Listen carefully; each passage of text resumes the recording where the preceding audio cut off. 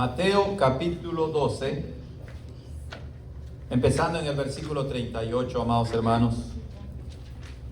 Voy a leer la palabra santa e inspirada de nuestro Dios, y les pido que en reverencia a la lectura se pongan de pie y escuchen la lectura de la palabra infalible del Señor. Es el Señor que está hablando y dice: entonces respondieron algunos de los escribas y de los fariseos diciendo: Maestro, deseamos ver de ti una señal. Mas él respondió y les dijo: una generación mala y adúltera demanda señal, pero señal no le será dada, sino la señal del profeta Jonás. Porque como estuvo Jonás en el vientre del gran pez 3 días y 3 noches, así estará el Hijo del Hombre en el corazón de la tierra 3 días y 3 noches.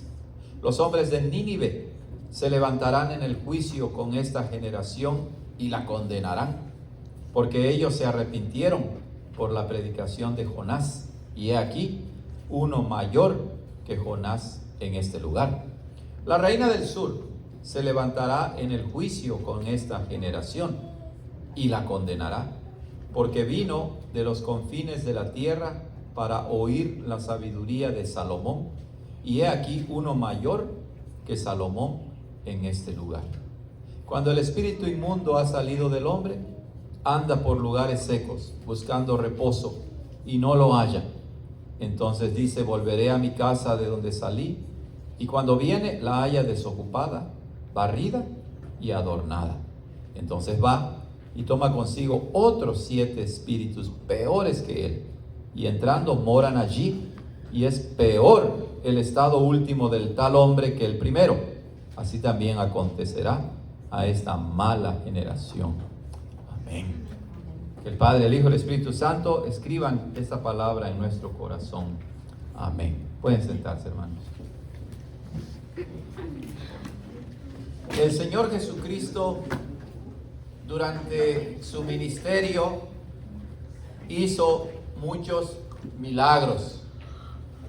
Y los milagros no solamente eran exhibiciones de poder, de grandeza. Además de eso, los milagros eran señales. De modo que los milagros no eran un fin en sí mismos. Los milagros eran señales que tenían un significado, que apuntaban a algo más allá de ellos. Cuando manejan en la carretera y ven el letrero de dar vuelta, pues no van a subirse al letrero. El letrero les dice que más adelante viene una curva, ¿verdad? Entonces, esta enseñanza es fundamental para no tener un entendimiento incorrecto de los milagros, porque eso nos va a llevar a tener un entendimiento incorrecto del Señor Jesucristo. Entonces, los milagros eran señales que apuntaban a varias cosas. Apuntaban a la divinidad del Hijo, por ejemplo. Apuntaban a la compasión del Hijo, a la misericordia del Hijo. Apuntaban, sin duda alguna, al gran poder del Señor Jesucristo. Pero también, y de una manera particular, los milagros apuntaban a que el Señor Jesucristo era el Mesías prometido en el Antiguo Testamento. Él era el Salvador del mundo, como dijeron los samaritanos. Él era al que el Padre había escogido para ser nuestro Señor y Salvador.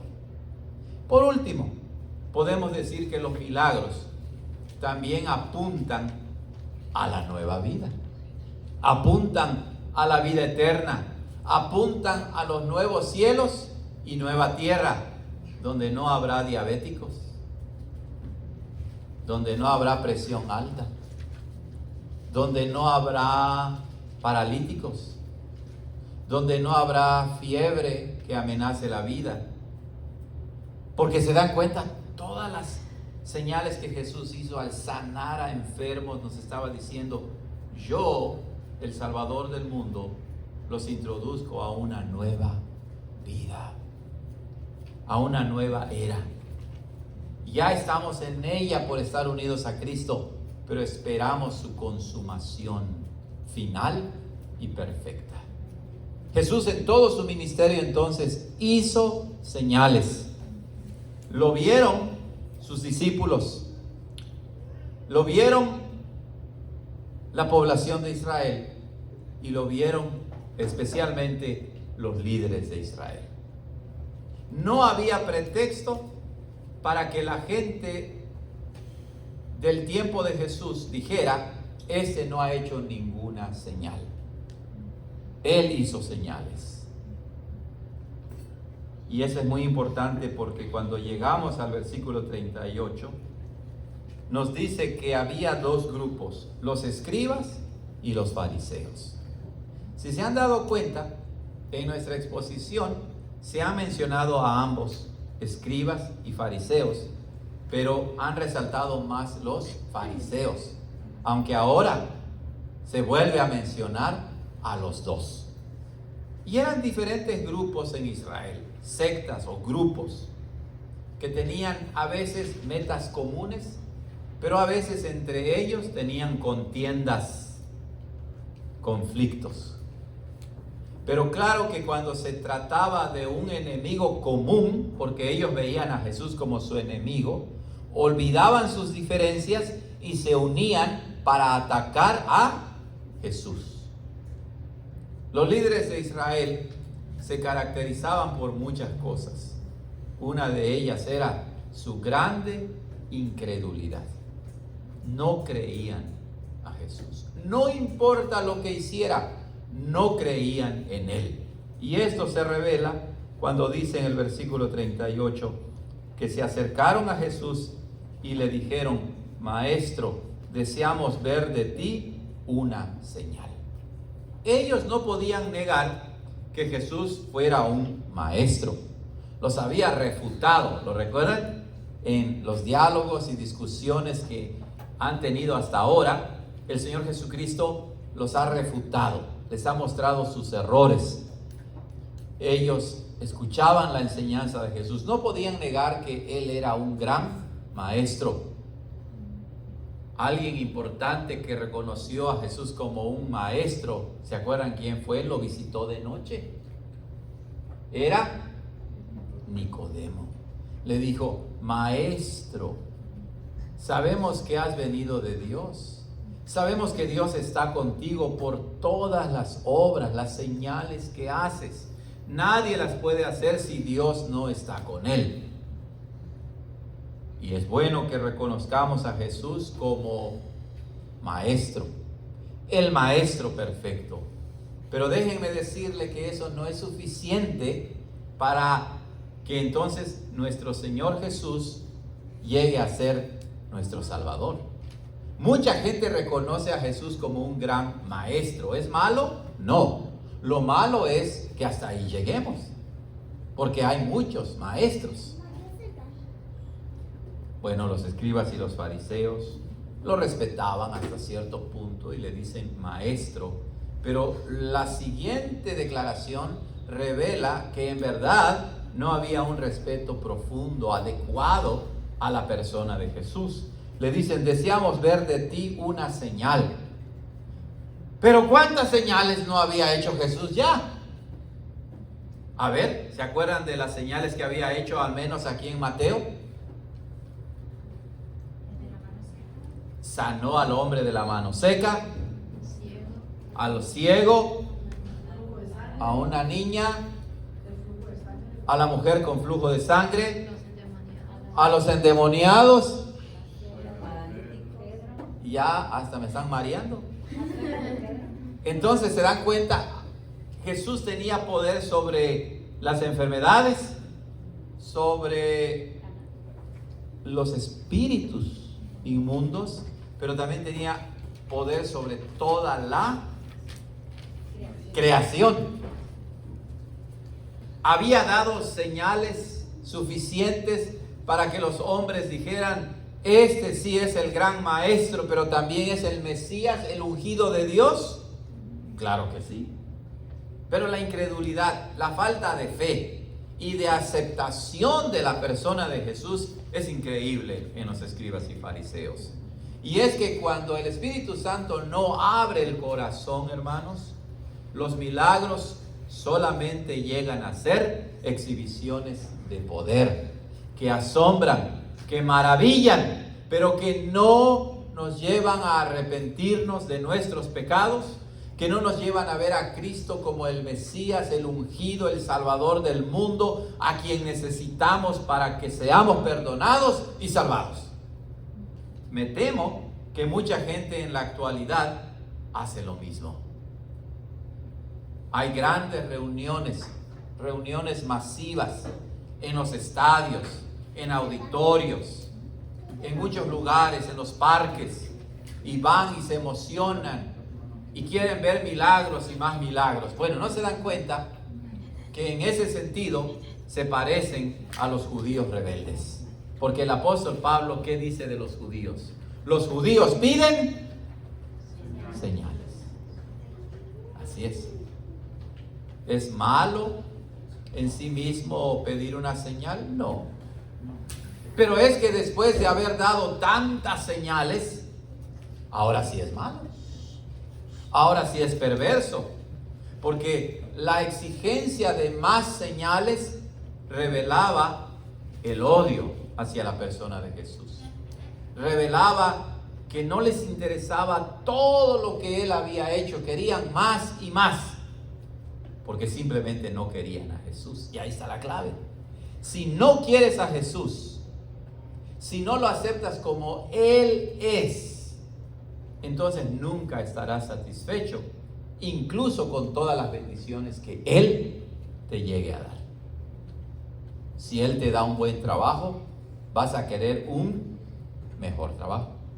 Si Él te da una buena casa, vas a querer una mejor casa. Y así sucesivamente. Pero cuando Jesucristo, Él en su persona, y entendemos su obra, Él es nuestro tesoro, como Él dice, entonces estaremos satisfechos. Es que ese es el gran problema en muchas iglesias, en la sociedad de hoy, tristemente en la comunidad cristiana, que somos como los judíos. Queremos más señales, queremos ver más cosas, pero fallamos en ver la verdadera naturaleza de la persona y la obra de Jesús. Rechazaron a Jesús, pero Jesús también los rechazó. Mas Él respondió y les dijo: una generación mala y adúltera demanda señal, pero señal no le será dada sino la señal del profeta Jonás. Si empezamos desde atrás en ese versículo, el Señor Jesucristo le está diciendo a los judíos: ya en el Antiguo Testamento tienen una señal, la señal de Jonás. Interesante. Ya tienen una señal. En segundo lugar, el Señor Jesucristo les dice: una generación mala y adúltera demanda señal. Noten que Jesucristo está dialogando con dos grupos principales en Israel: los escribas y los fariseos. A ver, niños, repitan: escribas y fariseos. Bueno, los oí. Escribas y fariseos. Pero lo interesante aquí es que el Señor Jesucristo toma a escribas y fariseos, dos grupos, dos partidos en Israel, y los generaliza al grado de que los toma como representantes de su generación, de esa generación en la que vivía el Señor Jesucristo, de su tiempo, de su época. Y es que es así, hermanos. Cuando en una iglesia hay malos pastores, tristemente habrá también una mala congregación. Cuando en un país hay malos líderes, afecta a toda la nación. Cuando en las escuelas hay malos maestros y malas enseñanzas, afectará a toda la generación de estudiantes. Por eso roguemos a Dios que nuestros hijos no sean afectados, ¿verdad? Y entonces Jesús le dice: una generación mala y adúltera demanda señal. No dice: los escribas y fariseos malos y adúlteros demandan señal. Está incluido. Pero Jesús, por medio de los escribas y los fariseos, engloba a toda la generación de su tiempo. O sea que la maldad y el adulterio espiritual habían afectado a toda la nación. A toda la nación. Si uno va al Antiguo Testamento en el libro de Deuteronomio, porque Deuteronomio es como la enseñanza, sermones de Moisés que se registraron, de las cosas que experimentaron durante los 40 años en el desierto. Y a una conclusión que Moisés llega es que esta generación, la generación del tiempo de Moisés, era un pueblo, como decía él, de dura ¿qué? Cerviz, de un cuello duro, de un pescuezo rebelde. Y es que eso estaba tomado del mundo de los animales, que les ponían el yugo, ¿se acuerdan? Entonces con el yugo controlaban el cuello del animal para que fuese recto, pero aún con el yugo se lo sacudían y no querían ir derecho, recto, querían ir chueco. Así es la generación del tiempo de Moisés, una generación mala, rebelde, desobediente, chueca. ¿Había cambiado la gente en el tiempo de Jesús? ¿Ha cambiado la gente en nuestro tiempo? Tampoco. Nuestra generación se caracteriza igual por ello. Pero lo más triste de esto es que el Señor Jesús no está hablando del mundo incrédulo o no cristiano. Está hablando ¿de quién? Del que supuestamente es el pueblo de Dios. Y le dice al pueblo de Dios: ustedes son un pueblo malo y adúltero. Malo porque no hacen las buenas obras que Dios manda en su palabra.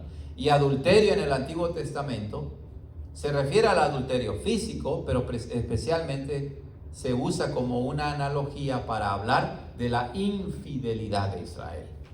Que así como un hombre comete adulterio con una mujer físicamente, así también la nación de Israel, en lugar de amar a su Dios, había amado ¿a quién?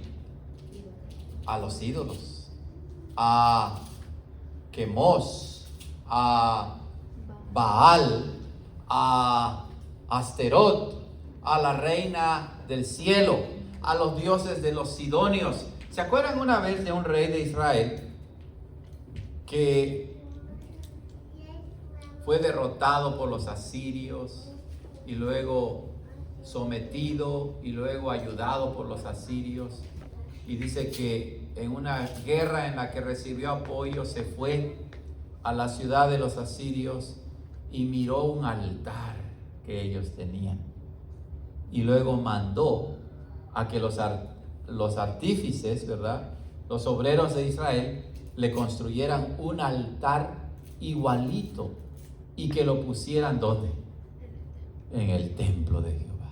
Imagínense, este era como el epítome, la cima, la cumbre del adulterio espiritual, de la infidelidad. Bueno, Jesús le dice a los judíos: una generación mala y adúltera demanda señal. Tengamos cuidado, hermanos, con las señales. Ya la señal más grande nos ha sido dada. Tengamos cuidado. Pero señal no les será dada. Noten que Jesús los rechaza y dice: no le será dada. ¿Quién daba las señales? Dios. Cuando Jesús dice la señal no les será dada, es una forma de decir Dios no les dará señal. Pero al mismo tiempo, Dios ya les ha dado una señal o muchas señales, particularmente la señal de Jonás. Jonás es una persona interesante, un profeta interesante. Era un profeta rebelde, ¿lo recuerdan, niños?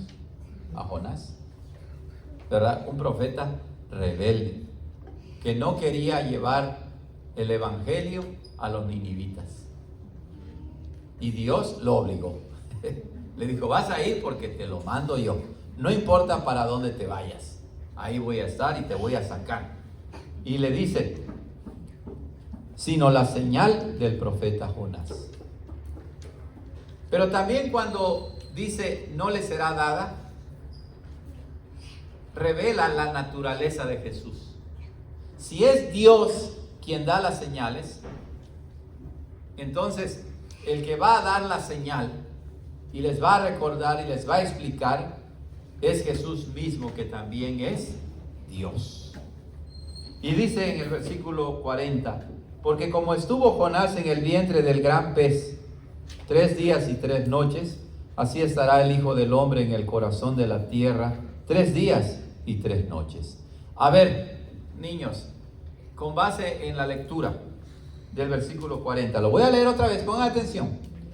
Porque como estuvo Jonás en el vientre del gran pez 3 días y 3 noches, así estará el Hijo del Hombre en el corazón de la tierra 3 días y 3 noches. ¿En qué sentido Jonás era una señal? ¿Señal de qué? Cuando resucitó Jesús. De la resurrección de Jesús, pero también de qué? De la muerte de Jesús. Entonces, cuando leamos Jonás, con base en la enseñanza misma de Jesús, no digamos, ay, me gusta mucho la historia de Jonás porque se lo tragó un gran pez. Eso es leer la Biblia, el Antiguo Testamento, sin Cristo allí. Y entonces se convierte en pura moraleja. No, Jonás, su ministerio de hecho, y lo que le sucedió yendo o huyendo de Nínive, apunta a quién?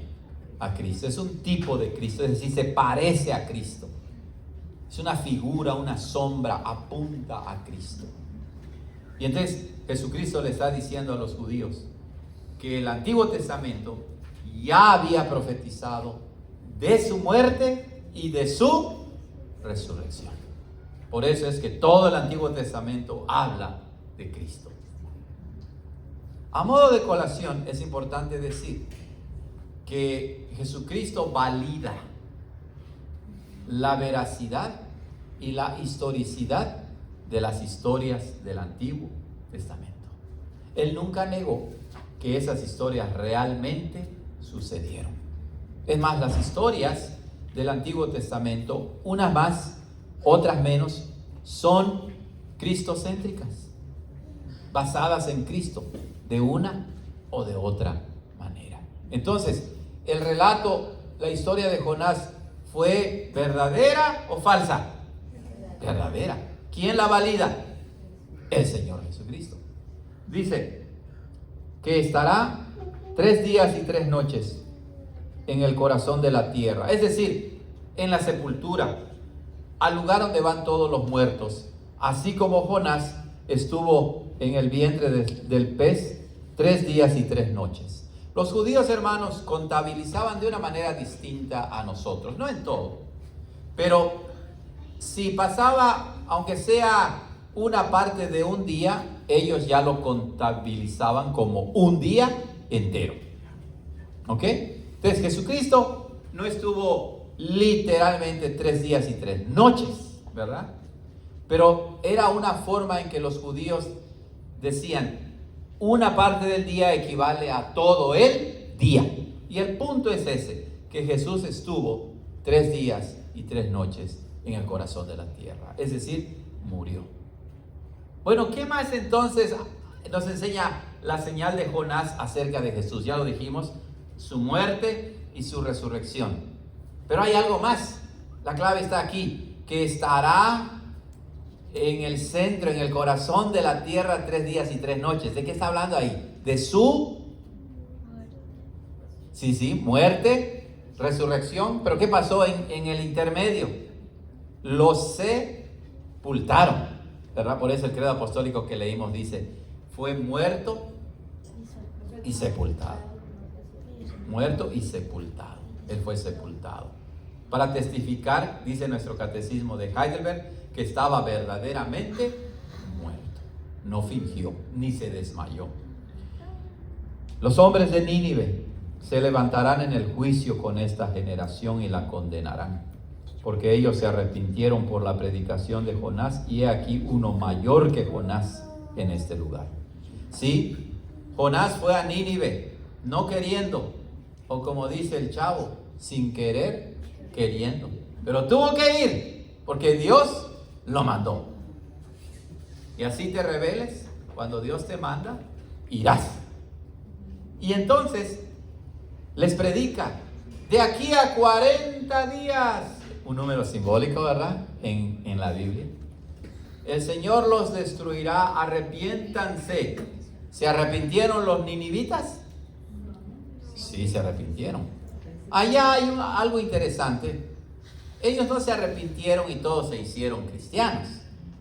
Ellos se arrepintieron nacionalmente de todas las maldades que estaban haciendo. Fue como una conversión nacional, política, social, económica, en que fueron llamados a dejar las injusticias, sus maldades. Fue como una reforma, ¿verdad? Y entonces Dios no los destruyó. ¿Se acuerdan también del libro de Daniel? Nabucodonosor, como dice que se arrepintió y confesó que el Dios de los judíos es el Dios verdadero. A Él todos deben temer. Y luego, ¿qué hacía? Se construía su imagen grandota y decía, adoren a la imagen. Ahora, esto es importante. Hay conversiones temporales, hay conversiones nacionales, como en el caso de Nínive. Ahora, que hubieron algunos que de verdad se arrepintieron y Dios los salvó, sin duda alguna, Dios puede hacer eso. Pero en general, los ninivitas regresaron a sus pecados y fueron destruidos también.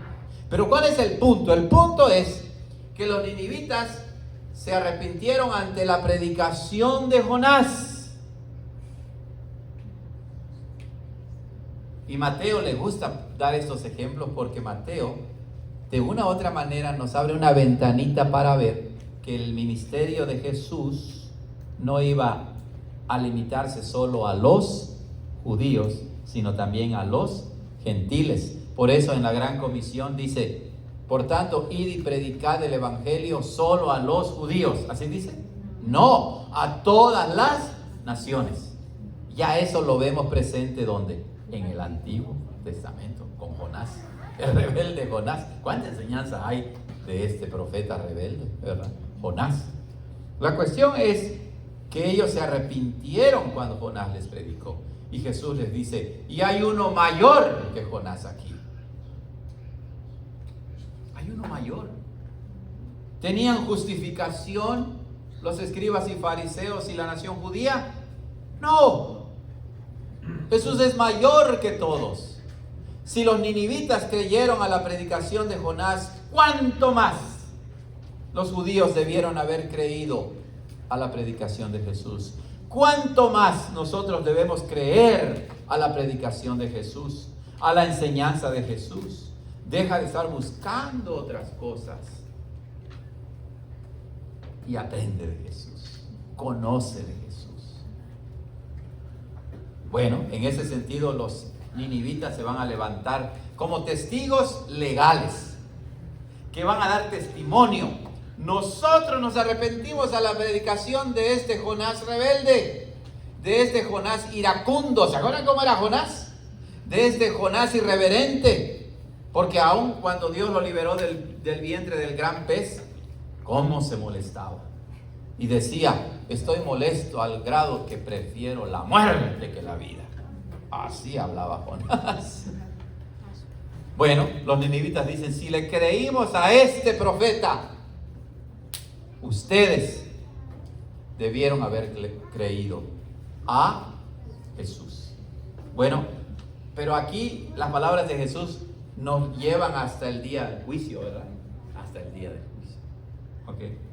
Dice en el versículo 42, la reina del sur se levantará en el juicio con esta generación y la condenará, porque vino de los confines de la tierra para oír la sabiduría de Salomón, y aquí uno mayor que Salomón en este lugar. ¿Cuánto viajó la reina de Sabá, verdad? O la reina del sur, para ir a escuchar la sabiduría de Salomón? Quería escuchar la sabiduría, ver la sabiduría en hechos, en acciones de la boca misma de Salomón, del hombre más sabio de su tiempo, más sabio que los egipcios, dice la escritura, que todos los orientales. ¿Y Jesús? Jesús es más sabio que Salomón. Salomón tenía sabiduría humana. ¿Jesús qué tiene? Sabiduría divina. Colosenses 2:3 dice, en Jesucristo están escondidos todos los misterios de la sabiduría y del conocimiento. Primera de Corintios nos dice que Jesucristo nos ha sido hecho varias cosas: justificación, redención, pero también sabiduría de Dios. Él es el sabio por excelencia. Y entonces la reina de Sabá, la reina del sur, se levantará en el día del juicio y condenará a los judíos, a esa generación mala. Y en ese sentido se aplica a todos nosotros. No rechacemos a Jesús. No sigamos en la incredulidad. Tengamos cuidado con esa cultura de las señales, de demandar señal y señal y señal. Pongamos atención a la enseñanza. Como decía el pastor Rubio en su prédica, preguntémonos, ¿se enseña la sana doctrina?